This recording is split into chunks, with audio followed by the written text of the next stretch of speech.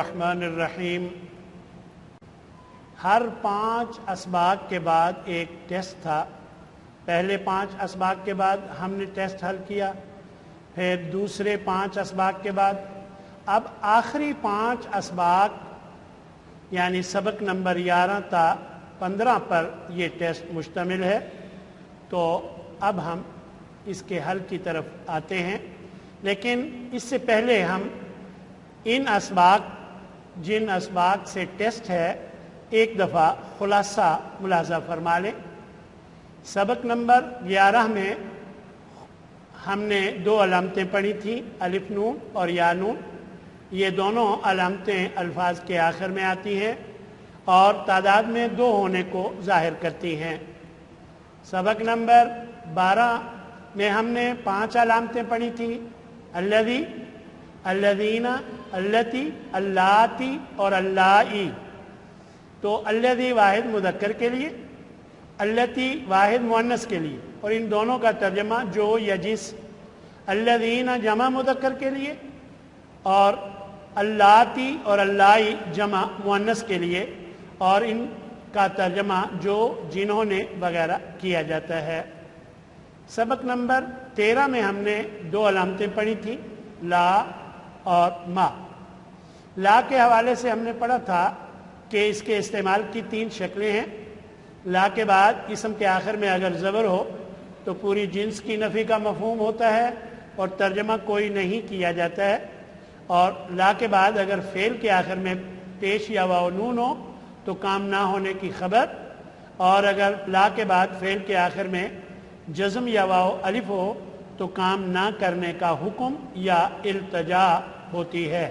دوسری علامت ما تھی، اس کا کبھی ترجمہ نہیں، نہ، کبھی جو، کبھی کیا، کبھی کس، اور ما سے پہلے اگر لفظ بعد ہو تو پھر ما کا ترجمہ کہ کیا جاتا ہے۔ سبق نمبر 14 کا خلاصہ اس طرح، سبق نمبر 14 میں ہم نے ایک علامت پڑھی تھی بی۔ اس کے کئی معنی ہیں۔ بی کا کبھی ترجمہ سے یا ساتھ ہوتا ہے، کبھی اس کا ترجمہ کا، کے، کی کو، کبھی پر، کبھی بوجہ، بسبب، بذریعہ، کبھی بدلے میں، اور اسی طرح نفی والے لفظ کے بعد اگر علامت بی ہو تو اس بی کے ترجمے کی ضرورت نہیں ہوتی، البتہ اس سے بات میں زور پیدا ہو جاتا ہے۔ سبق نمبر 5 میں ہم نے فاعل، مفعول، یہ 2 سانچے پڑھے تھے۔ فاعل کام کرنے والا اور مفعول جس پر کام کیا گیا ہو، اور اسی طرح ہم نے یہی بات ایک اور طریقے سے بھی ہم نے سمجھی تھی کہ اسم کے شروع میں میم پیشمو اور آخر سے پہلے اگر زیر ہو تو اس میں کرنے والا، اور اسم کے شروع میں میم پیشمو اور آخری حرف سے پہلے زبر ہو تو اس میں کیا گیا ہوا کا مفہوم ہوتا ہے۔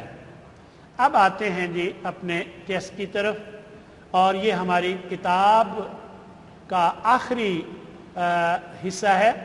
تو دیکھیے اس میں پہلا سوال ہے، سوال نمبر 1، مختصر جواب دیں۔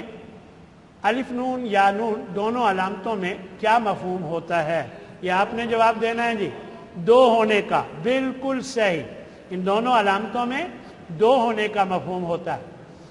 نمبر 2، مسلمینہ اور مسلمینی میں کیا فرق ہے؟ مسلمینہ جمع ہے، بالکل صحیح، سب مسلمان، اور مسلمینی 2 کے لیے ہے، یعنی 2 مسلمان، بالکل صحیح۔ نمبر 3، تکذبون اور تکذبانی کے ترجمے میں کیا فرق ہے؟ تکذبون جمع کے لیے ہے، شاباش۔ دیکھیے جمع مذکر کے لیے تم سب جھٹلاتے ہو، اور تکذبانی 2 کے لیے ہے اور تم 2 جھٹلاتے ہو جی۔ نمبر 4، الف نون یا نون کے علاوہ اور کون سی علامت ہے جس میں 2 ہونے کا مفہوم ہوتا ہے؟ جی بتائیے گا۔ الف، شاباش، بالکل صحیح، یعنی کبھی آخر میں الف ہو اس میں بھی 2 ہونے کا مفہوم ہوتا ہے جی۔ نمبر 5، وہ ایک مذکر جو، دیکھیں ذرا، وہ ایک مذکر جو، اس کے مفہوم کے لیے کون سا لفظ استعمال ہوتا ہے؟ الذی، بالکل صحیح۔ نمبر 6، الذین میں کون سا مفہوم ہے؟ وہ سب مذکر جو، جمع مذکر کا مفہوم۔ نمبر 7، اللاتی اور اللاتی، دیکھیں ذرا، اللاتی اللاتی کے مفہوم میں کیا فرق ہے؟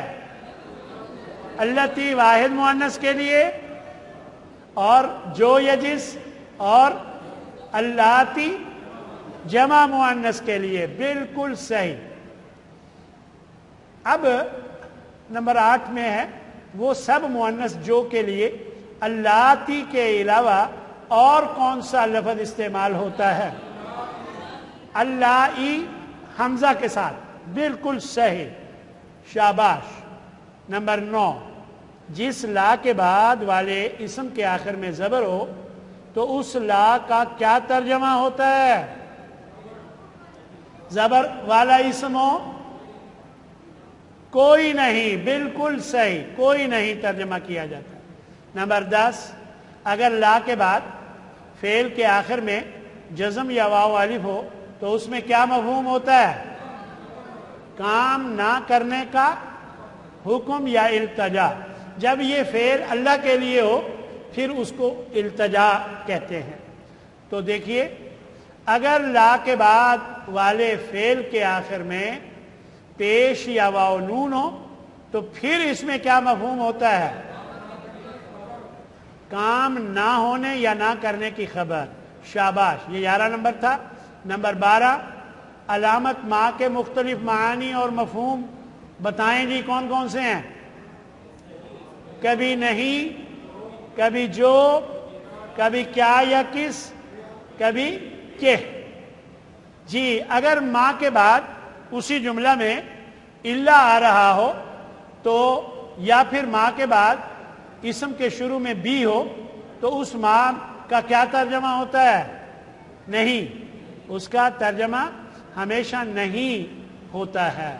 یعنی ما کے کئی ترجمے ہوتے ہیں، لیکن اگر ما کے بعد الا یا ما کے بعد بھی آ رہا ہو تو ان دونوں صورتوں میں ما کا ترجمہ صرف نہیں ہوتا ہے اور کوئی نہیں ہو سکتا۔ باقی جگہ سیاق و سباق سے اندازہ ہو جاتا ہے۔ جی علامت بی کے مختلف 5 معانی بتائیں جی۔ بی سے یا ساتھ، پر، کا کے کی کو، بدلہ، بوجہ بذریعہ وغیرہ۔ جی بالکل صحیح۔ نمبر 15، علامت بی کے ترجمے کی کب ضرورت نہیں ہوتی؟ جب یہ ما کے بعد یا حرف نفی والے لفظ کے بعد آتا ہے تو پھر بی کے ترجمے کی ضرورت نہیں ہوتی، لیکن اس کی موجودگی سے فرق کیا پڑتا ہے؟ بات میں زور پیدا ہوتا ہے، تاکید کا مفہوم شامل ہو جاتا ہے۔ شاباش۔ تو جی سوال نمبر 2، علامت پہچان کر غلط ترجمے کو درست کریں۔ غلط ترجمہ موجود ہے، آپ نے جو ترجمہ درست ہے وہ بتانا ہے۔ یحکمانی، وہ سب فیصلہ کرتے ہیں، وہ 2 فیصلہ کرتے ہیں۔ مجھے پتہ ہے آپ کو کیسے پتہ چلا، آپ نے علامت الف نون دیکھی ہے، اس وجہ سے آپ کو پتہ تھا کہ یہ تو 2 کے لیے ہے، تو آپ نے صحیح ترجمہ کر لیا جی، وہ 2 فیصلہ کرتے ہیں۔ جی لا تخافو، لا کے بعد فعل کے آخر میں واو الف ہے، تم نہیں ڈرتے ہو، تم سب مت ڈرو، تم سب مت ڈرو، شاباش۔ کالا، اس نے کہا، ان 2 نے کہا، کیونکہ الف جو ہے آخر میں یہ 2 ہونے کو ثابت کرتا ہے۔ جی بالکل صحیح۔ لا تشریکو، تو شرک نہ کر، لا تشریکو، تو شرک نہ کر، ہاں تو شرک نہیں کرتا ہے، تو شرک نہیں کرتا ہے، کیونکہ آخر پہ جزم تو نہیں ہے، اگر وہ ہوتی تو یقیناً پھر یہی ترجمہ صحیح تھا، لیکن وہ تو پیش ہے، پیش ہو تو ترجمہ یعنی وہ اس میں نہ کرنے کی خبر ہوتی ہے۔ شاباش۔ معذب، عذاب دینے والا، عذاب دیا گیا ہوا، بالکل صحیح جی، کیونکہ شروع میں میم پیشمو، آخر سے پہلے زبر ہے جی۔ لا تقتلون، تم سب قتل نہ کرو، تم سب قتل نہیں کرتے ہو، شاباش، یعنی تم سب قتل نہیں کرتے ہو۔ مسلمینی، سب مسلمان، ہاں، یا نون کے نیچے زیر اگر ہو تو پھر دو کے لیے ہوتا ہے، دو مسلمان۔ لا یعبدون، ترجمہ ہے تم سب عبادت نہیں کرتے ہو، ہاں، علامت تا نہیں ہے، یا ہے، تو کیا ترجمہ ہوگا؟ وہ سب عبادت نہیں کرتے ہیں۔ التی، وہ عورتیں جو، وہ عورت جو، کیونکہ یہ واحد کے لیے ہے، شاباش، بالکل صحیح۔ اچھا جی، محسن، احسان، جس پر احسان کیا گیا ہو، احسان کرنے والا، بالکل صحیح۔ لو جی، سوال نمبر 3 آ گیا، خالی جگہ پر کریں۔ نمبر 1، فاعل کے سانچے میں ڈھلے ہوئے اسم میں خالی جگہ کا مفہوم ہوتا ہے، کام کرنے والے کا مفہوم ہوتا ہے، شاباش۔ نمبر 2، خلقن کو اگر خالقن کے سانچے میں ڈالا جائے تو وہ خالی جگہ بن جاتا ہے، کیا بن جاتا ہے؟ خالقن بن جاتا ہے، بالکل صحیح۔ نمبر 3، مفعولن کے سانچے میں ڈھلا ہوا اسم خالی جگہ کو ظاہر کرتا ہے، کیا گیا ہوا کو ظاہر کرتا ہے، جی شاباش، جس پر کیا گیا۔ نمبر 4، ظلم کو مفعولن کے سانچے میں ڈھالیں تو خالی جگہ بنتا ہے، مظلومن، شاباش، مظلومن۔ نمبر 5، کاذبن کا ترجمہ خالی جگہ اور مکذوبن کا ترجمہ خالی جگہ ہے، کاذبن جھوٹ بولنے والا اور مکذوبن جسے جھٹلایا گیا، کاذبن جھوٹ بولنے والا اور مکذوبن جسے جھوٹا کہا گیا ہو، جسے جھوٹا کہا گیا ہو۔ ہاں جی، نمبر 6، اسم کے شروع میں میم پیشمو آخر سے پہلے حرف پر زیر ہو تو اس میں کیا مفہوم ہوتا ہے؟ ہاں جی، کرنے والے کا، کبھی پرچہ آؤٹ بھی تو ہو جاتا ہے۔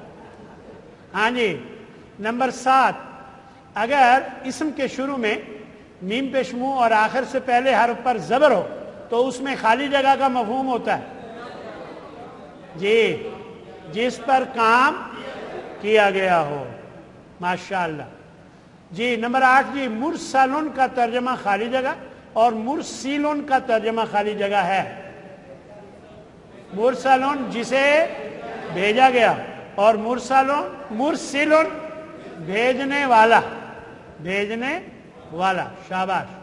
نمبر 9، ملعون کا ترجمہ خالی جگہ اور مشرکن کا ترجمہ خالی جگہ کیا جاتا ہے، جی، ملعون لعنت کیا گیا ہوا اور مشرکن شرک کرنے والا، شاباش۔ نمبر 10، تو دیکھیے حمد تعریف کو کہتے ہیں اور محمد کا ترجمہ کیا ہے؟ حمد تعریف کو کہتے ہیں تو محمد کا کیا ترجمہ ہے؟ تعریف کیا گیا ہوا، شاباش۔ الحمدللہ یہ ٹیسٹ نمبر 3 بھی مکمل ہوا۔ اب